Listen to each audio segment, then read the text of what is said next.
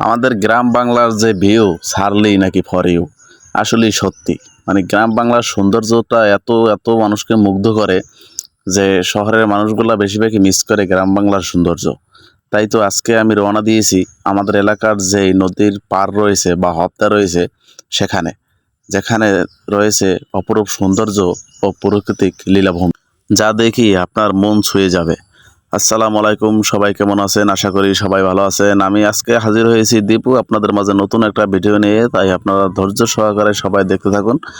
আর হাঁটতে হাঁটতে হবদার পাশ দিয়ে যাওয়ার সময় দেখি একটা ফল গাছ, মানে এটা কি ফল জানি না যদিও, তারপর অনেকে জিজ্ঞাসা করলাম, তারাও জানে না। আপনারা জেনে থাকলে অবশ্যই কমেন্টে জানাবেন। আমি এখন নদীর পাড়ে যেতেছি, এখন একটু আগে জোয়ার ছিল, ভাটা লাগতেছে, মানে এর এই পর্যন্ত যে শুকনো দেখছেন এটা পানিতে তলিয়েছিল। আমাদের এই দক্ষিণবঙ্গের যে বঙ্গোপসাগর রয়েছে, এই বঙ্গোপসাগরের তীর ঘেঁষে রয়েছে আমাদের গ্রাম। আমাদের এই গ্রামে শুধু নদী নালা খাল ছাড়া আর কিছুই নেই এখানে।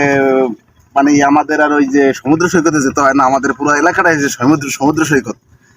কুমিল্লা, ফেনী, নোয়াখালী সব বন্যার্থীদের জন্য রইল দোয়া এবং ভালোবাসা। আল্লাহ তাদের হেফাজত করুক এবং প্রতিটা মানুষ যেন তার নিজ নিজ দায়িত্বে সুন্দরভাবে তাদেরকে রেস্কিউ করে। আর যারা একদম সাঁতার জানেন না তারা অবশ্যই রেস্কিউ টিমে যাবেন না, জীবনের মূল্য অনেক বেশি, সেদিকে খেয়াল রাখবেন অবশ্যই।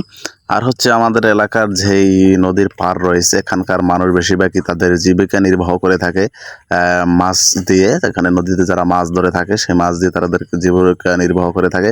আর আমাদের এলাকায় ওই যে একটা চর দেখতে পাচ্ছেন, ওই চর পর্যন্ত আসলে আমাদের আগের নদী, মানে নদী ভাঙ্গনে হচ্ছে গিয়ে আমাদের এই পর্যন্ত চলে এসেছে।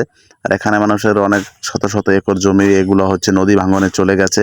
অনেক মানুষই নিঃস্ব হয়ে গেছে এই নদী ভাঙ্গন। সামনের যে এই ভেরিবারটা দেখতেছেন, এই ভেরিবারটা ভেঙে গেছে। এর আগে 2-3 বার ভেরিবার দিয়েছিল, সেগুলো ভেঙে গেছে, আর এটাও এখন এই চলে গেছে। ডান নদী খাল এ নিয়ে হচ্ছে বরিশাল বিভাগের বড় সমস্যা হচ্ছে নদী ভাঙন। এই যে দেখতে পাচ্ছেন, এই হ্রদটা ভাঙার ফলে এখানকার মানুষের কৃষি জমিতে যতটা এফেক্ট ফেলে, এই কৃষক যারা আছে তারা অনেক ক্ষতিগ্রস্ত হয় এর কারণে। মানে এখান থেকে প্রায় আরো 10 কিলোমিটার ওদিকে এই নদী বা চর ছিল, এটা ভাঙতে ভাঙতে ভাঙতে পারে 10 কিলোমিটার এদিকে চলে আসছে। আর এখানের যে অবস্থা, এই যে কৃষি জমি দেখতে পাচ্ছেন, এই কৃষি জমিতে একদম জোয়ারে পানি উঠে একদম তছনছ হয়ে যায়, মানুষের কৃষি জমি নষ্ট হয়ে যায়, ধান বা যে ডাল মুগ দেয় মানুষের তখনকার এও নষ্ট হয়ে যায়। যে কি পরিমাণে এই হপ্তাটা আর ওদিকে ছিল, এখানে আবার নতুন যে হপ্তা হয়েছে সেটাও একেবারে ভেঙে গেছে। এখানকার মানুষ বেশিরভাগই নিঃস্ব হয়ে গেছে নদী ভাঙনে। আর এই নদী ভাঙন চলছে আজকে প্রায় 15 বছর ধরে। আর এই 15 বছর ধরে নদী ভাঙনে অনেকেরই শত শত একর জমি পড়ে গেছে নদীর ভিতরে, যার কারণে অনেক মানুষই ঘরবাড়ি নিয়ে একদম নিঃস্ব হয়ে গেছে। আর এখানকার মানুষের চলাফেরা খুবই কষ্টের। মানে এখানে মানুষজন একদম যারা নদীর পাড়ে আছে তারা বন্যা হলে একদম তাদের পুরো ঘর বাড়ি সব তছনছ করে দিয়ে যায়, এলোমেলো করে দিয়ে যায় এখানকার পানি জোয়ার এসে। আর এখন তো জানিনি যে এখানে যে সময় বন্যা আসে, যখন সাইক্লোন আসে, তখন এখানকার মানুষের অবস্থা কীরকম হয়, যার কারণে নদীর তীরে তাদের বাড়িঘর থাকার কারণে বেশি ক্ষয়ক্ষতি হয়ে থাকে। আবারও বন্যার্থীদের জন্য শুভকামনা বলে এবার আমি বিদায় নেব। এতক্ষণ আপনাদের পাশে থাকার জন্য অসংখ্য অসংখ্য ধন্যবাদ। দেখা হবে নতুন কোনো ভিডিওতে।